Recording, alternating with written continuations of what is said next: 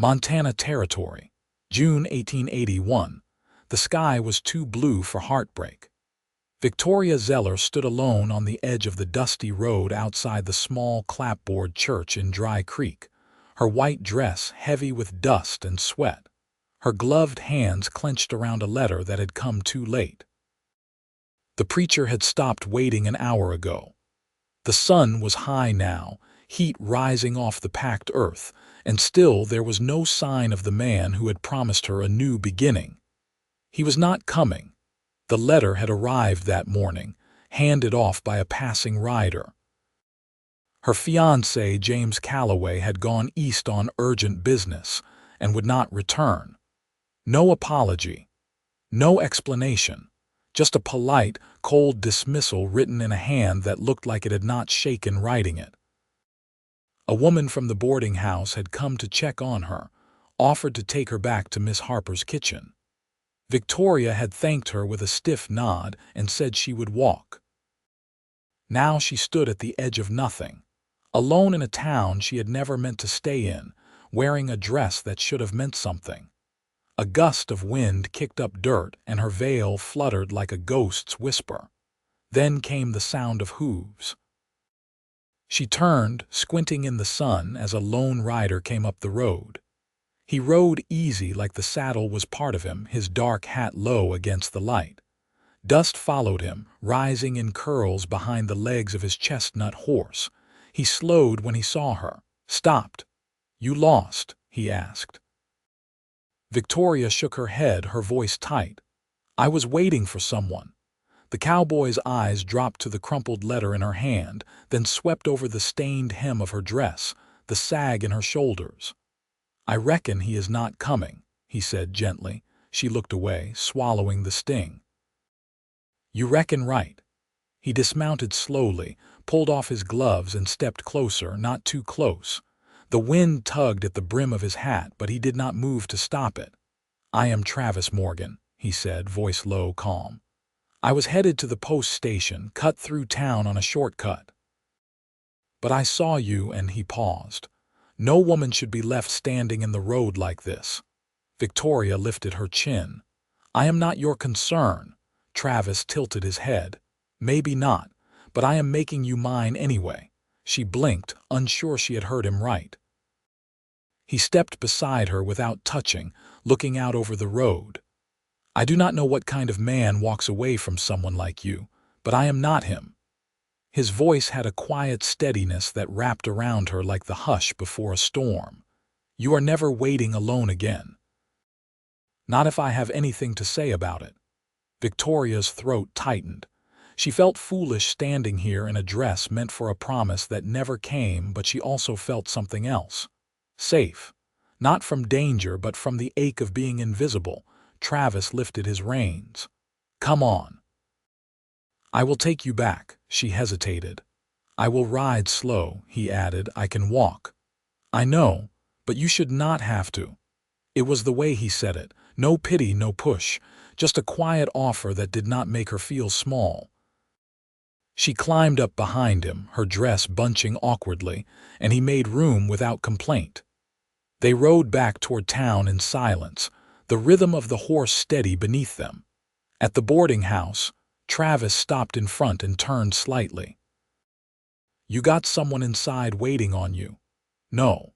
He looked at her again, long and steady. "You have any plans?" She stared at her hands. "I did," he nodded once. "Well, I have land south of here, a cabin that could use some fixing. It is quiet, got creek water, good grass. I could use help keeping it going." "You are offering me work?" she asked, surprised. "I am offering you choice," he said. "Not charity. You are strong, I can see it." Victoria studied him. His face was sun-browned, his jaw rough with stubble, eyes a deep gray blue. He looked like someone who had seen hard days and kept going anyway.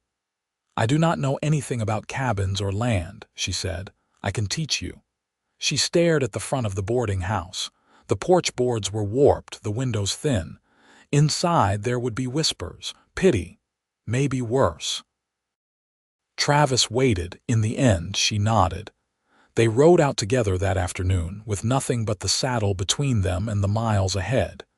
He gave her his old canvas coat when the wind picked up. She did not say thank you. He did not ask her to. The cabin sat in a wide valley rimmed with pine. A little smoke still curled from the chimney, and there was a long wooden fence near the side, half finished. Travis helped her down. It is not much, but it is honest. Victoria looked at the porch, the single chair beside the door, the quiet stretch of field beyond. Her heart still ached, but there was something steady beneath it now. "I like quiet," she said. He led her inside. The room was clean but spare: one bed, a small stove, a table with 2 chairs, a trunk at the foot of the bed. He scratched his neck. "You can take the bed. I will sleep out in the barn. You do not have to do that. I want you to feel safe." She looked at him. "You make me feel that already." It was only a moment, but it held. In the days that followed, Victoria worked beside him. She learned how to patch a fence, how to boil coffee over a fire that smoked too much, how to brush down the horses. He never hovered, never made her feel like she owed him something. One night, after the sun fell low, they sat on the porch with tin mugs in their hands. She asked him why he lived so far out. "Too many ghosts in town," he said. She nodded. "I know that feeling." He looked at her then, really looked. "You are not her anymore, the woman in the white dress waiting in the dust. You are someone else now, who," he smiled, slow and warm, "someone who is not going to be left behind ever again. Not while I am around." Victoria's breath caught. He stood. "Come on, I will show you the creek." They walked side by side, the sky deepening into violet. When they reached the water, he offered his hand to help her down the slope. She took it, and something shifted, not rushed, not loud, but real. That night she lay in bed and watched the moonlight on the wall.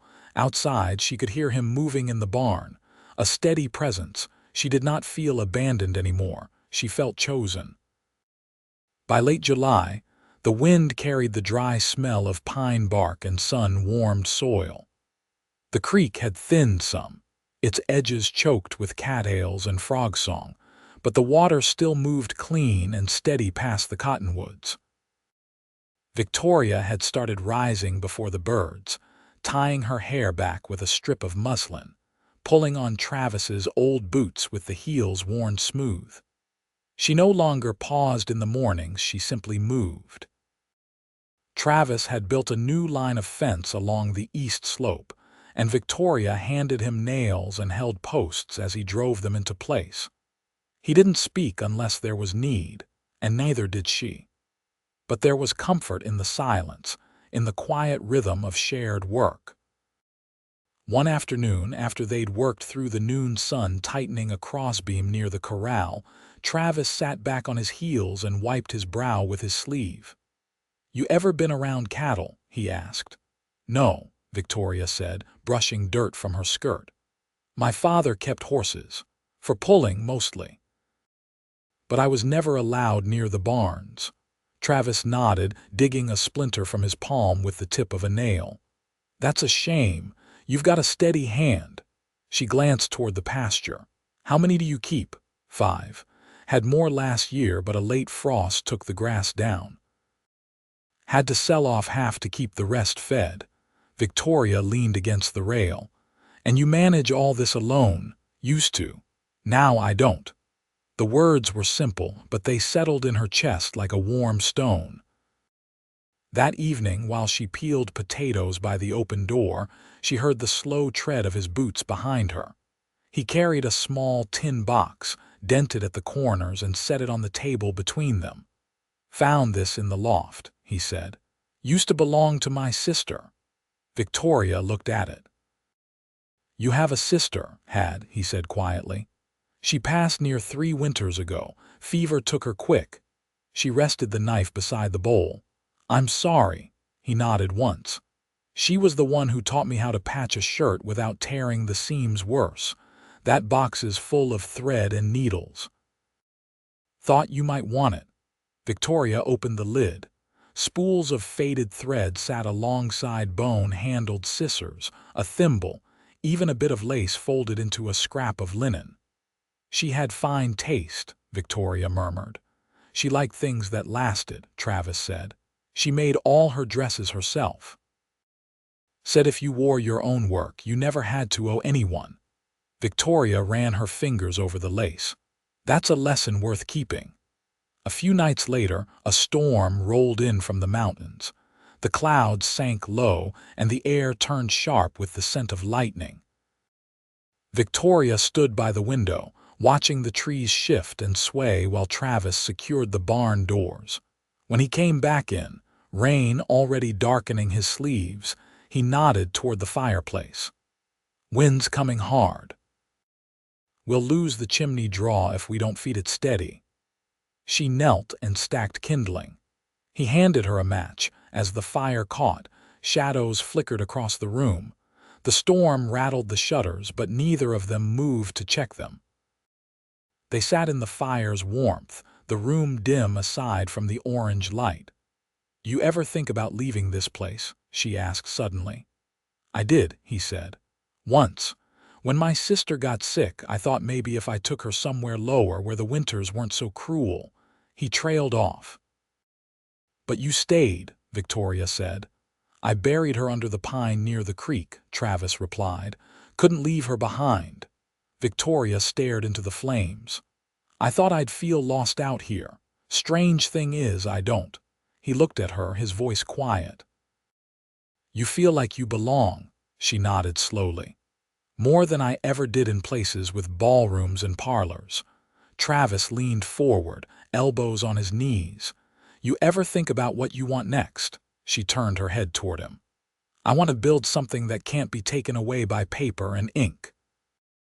I want to plant seed and know it'll rise come spring. I want quiet days and someone who stays." He met her eyes. "I want that too." The rain beat harder against the roof. The fire cracked, throwing a sudden burst of light across his face. He didn't look away. Neither did she. "You mind if I stay inside tonight?" he asked. "Storm might tear the barn roof." She gave a short shake of her head. "I don't mind." He stretched out a blanket near the hearth, took his boots off carefully, then lay down facing the fire. Victoria returned to her cot and pulled the thin quilt over her legs. The storm raged, but inside, the room held steady. Before she closed her eyes, she looked over at him once more. His eyes were open, watching the flames. She whispered, "Thank you." He didn't answer right away. Then softly, "You're welcome." The fire burned low. Outside, the wind howled. But inside the cabin, the quiet held. The first frost came early, curling white along the fence rails and turning the breath from their mouths into pale smoke.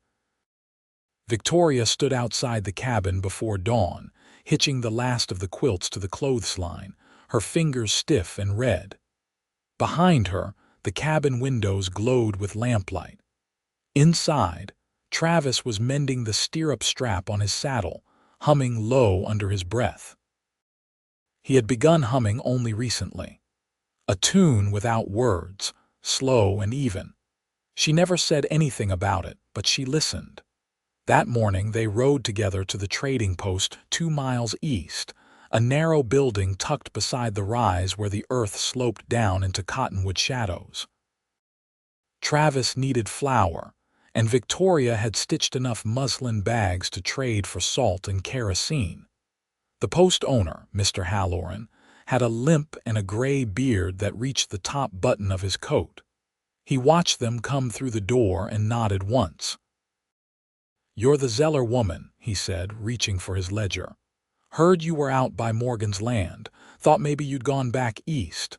"No," she said evenly. "I stayed." Travis set the sack of oats on the counter. "We'll take flour, salt, and a tin of lamp oil." Halloran leaned his elbows on the wood. "You two fixing to winter together?" Victoria didn't answer. Travis did. "We are." Outside, the wind picked up. When they mounted again, she didn't look back at the building. Instead, she asked, Did you tell folks you'd taken me in?" "No, didn't think it was mine to tell." She nodded, the leather reins warm in her hands. "I don't mind if they know." Later, after the horses were stabled and the supplies packed beside the hearth, Victoria stood with her hands deep in a basket of dried beans. Travis leaned against the doorframe, arms folded. "You always this good at pretending things don't touch you?" he asked. She kept sorting, pulling out the shriveled ones and setting them aside. "You think I'm pretending? I think you carry things quiet, like they're yours alone." She looked up, brow furrowed. "And what would you do different? I'd let somebody help carry it." Victoria let her hands fall still. "I don't know how." Travis stepped inside fully, the floor creaking beneath his boots. "Doesn't have to happen all at once." The lamplight softened the lines in his face. He didn't reach for her, just stood close enough she could feel the heat off his coat. "I used to be betrothed before," she said, voice low. "Before James, back in St. Louis. He died of scarlet fever the week before the wedding. After that, I told myself I'd never love a man who could vanish on me." Travis didn't flinch. "And then came Calloway." She nodded once. "I thought if I chose someone practical, someone who didn't stir me, I'd be safe." "And now?" he asked. She looked at him, eyes steady. "Now I know safe isn't the same as whole." Outside, the dark had settled deep. Coyotes called out beyond the ridge, sharp and lonesome. Travis reached behind him, pulled something from his coat pocket. A folded piece of leather worn at the edges. He opened it and handed it to her. Inside was a pressed violet, brittle with age. "My sister put that in my kit before her fever took bad. Said I'd know when to give it to someone else." Victoria ran her thumb gently over the fragile stem. "Why now?" "Because you stayed when you didn't have to. Because you built something here with me." She closed the leather slowly, holding it to her chest. "I want to keep building." His voice came soft. "With me, with you." He stepped forward just enough to take her hand, his touch sure and warm. She didn't pull away. They stood like that as the fire cracked low behind them and the night settled around the cabin, not speaking, not needing to. By the time they turned toward the bed, the quiet between them had changed. No longer the hush of grief or caution, but something fuller, something chosen. That night he stayed beside her, not in the barn, not near the hearth. And when she woke once near dawn to the sound of wind in the chimney, his arm was around her waist, his breath against the nape of her neck. She didn't feel safe. She felt home. By mid-November, the ground had hardened to shale and frost, and the mornings came edged with silver. The trees had long since shed their leaves, leaving the hills bare and watchful. Victoria had taken to keeping a square of flannel under her collar to guard her throat from the cold. Travis offered her a woolen scarf that had belonged to his father, and she wore it without comment. The days were shorter, but they worked them full. Travis mended the barn roof before the snow came in earnest, and Victoria lined the cabin windows with oilcloth she traded for in late summer. Come dark, they read by lamplight. Travis had 2 books, one a collection of sermons, the other a worn novel about a trapper who lost his way in the Bitterroots. She read it aloud sometimes, her voice low and steady, and Travis would sit near the stove, hands around a mug, listening like the words mattered. One evening, Travis came back from the ridge with a hawk feather tucked behind his ear. He offered it to her without a word. She didn't ask where he'd found it. She wove it into the corner of the quilt she kept folded at the foot of their bed. Their lives had grown quiet, but not small. The day before the first snow, Travis brought in the last of the firewood. Victoria stood on the porch sharpening a small skinning knife against a whetstone. He paused when he saw her. "You planning to use that?" "I want to learn." He leaned his shoulder against the post. "You'll need a steady wrist." "I've got one." He smiled, faint but real. "Reckon you do." She turned the blade again, slow and even. "I was thinking," she said after a moment. "About spring." Travis stepped down off the porch and began sorting the logs near the door. "What about it? We could plant beans along the fence line, maybe some cabbage." He didn't answer right away. Then he said, "There's room for a second pen out past the north field. If we fenced it, we could bring in more stock." Victoria looked up. "You want to stay here long enough to need more?" "I do." She set the knife aside. "Then I'll sow us more sacks for seed for feed." Travis straightened, brushing bark from his palms. "You thinking about the long haul? I'm thinking I don't want to start over again." He stepped close then, the cold between them sharp and clean. "Neither do I." She looked up at him, her cheeks pink from the wind. "I never imagined this life, not once." He touched the edge of her scarf. "Me neither." That night they lay together wrapped in the quilt with the hawk feather sewn in. Outside, the wind swept low across the plain, but inside the cabin was warm. Travis's arm rested around her waist, his hand quiet at her side. "I've seen men run from less than what we've built," she said softly. He kissed the crown of her head. "And I've seen women walk through more." She turned toward him, the tip of her nose cold against his neck. "I want a child someday." His hand stilled. "You do." "I do." He didn't speak right away. Then he said, "I'd raise a dozen with you." She smiled against his skin. "Start with one." They fell asleep before the fire burned out, with no fear of what morning would ask of them. The life they had wasn't the one either of them had planned, but it was theirs now, honest and steady, like the land around them, and neither of them would ever be left waiting again. December settled over the valley with a hush. Snow came in slow, deliberate layers, blanketing the hills and muffling the world into stillness. The creek had frozen at the edges, and the horses stood close in the lean-to, their breath rising in soft plumes. Inside the cabin, the stove clattered gently as the iron warmed, and the smell of roasted parsnips filled the air. Victoria stitched beside the window, lamplight catching the fine curve of her needle.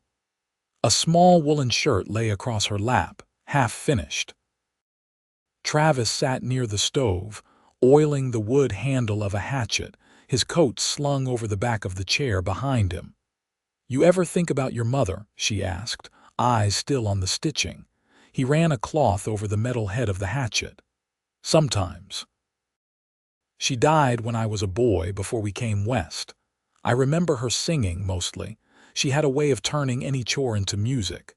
Victoria nodded, resting the shirt in her lap. "Mine used to hum when she brushed my hair, never a tune I could place, just something soft." He looked up. "You sound like her when you're thinking." She smiled lightly. "You don't know what she sounded like. I know what quiet strength sounds like." She let the thread fall slack in her fingers. "You always see me so clearly." He set the hatchet aside. "Because you don't flinch from anything, not real work, not real feeling. That's rare." Outside, the wind picked up, rattling the shutters once. The firelight flickered along the walls. Victoria reached for another length of thread, but her fingers paused at the edge of the basket. "I got a letter," she said, "from Missouri. Arrived with the last rider from the north." Travis leaned forward slightly. "From who, my uncle?" He heard what happened. "Said I could come back if I want a roof and a proper place to raise a child." Travis's face didn't change, but something stilled in the room. "And do you want that?" he asked. "I want a roof I chose, with a man who doesn't ask me to be someone I'm not." He nodded once. "Then you've got it." She folded the letter and set it in the stove. It caught quickly, curling into flame. "I came west chasing something I didn't understand, but I found it here." He rose and crossed the room. When he knelt beside her, he didn't reach for her hands, he held her gaze instead. "You're not just part of my days, Victoria. You are my days." She touched his cheek. "Then let's build them all the way through." They married in February, standing beneath the bare cottonwoods as snow drifted around them. The preacher from Dry Creek rode out with his wife bundled in wool beside him. She brought a small loaf of sweet bread wrapped in linen, which they shared after eaten from their hands, warm and soft. Victoria wore a dress she'd sewn from thick blue cotton. Travis had trimmed his beard and fastened the top button of his only good shirt. When he said his vows, his voice didn't tremble. They carved a life between winter and thaw. By March, the snow softened underfoot and the ground began to show itself again. They dug the new pen together, turning the earth with hands blistered and sure. Travis built a crib from pine slats, smoothing each edge with care. Victoria filled it with a wool blanket and a small wooden horse he'd carved long before he knew he'd have anyone to give it to. In April, their son was born on a still, clear morning. Victoria labored through the night, her face set and quiet. Travis never left her side. When the boy came, he let out one strong cry and then settled, blinking up at the dim cabin ceiling. They named him Elias. Travis held him first, his hand fitting against the child's back like it had always belonged there. Victoria, pale and damp with effort, watched them with a look that had no words in it, only fullness. By summer, the garden had taken root. Beans climbed the fence posts, and rows of cabbage fanned out in even green lines. The cabin held laughter now, and the creek ran full past the cottonwoods. Each evening they sat on the porch, Elias swaddled and drowsy in Victoria's arms. Travis would rest his hand over her knee, his thumb brushing slow circles through the fabric of her skirt. They didn't speak much. They didn't need to. Nothing had come easy to them. Not trust, not hope, not the shape of this life. But it was theirs and it held. And as the days stretched long into the gold of another Montana summer, they kept building stone by stone, breath by breath, the only kind of life worth having. The one made hand in hand, heart to heart, with no end in sight.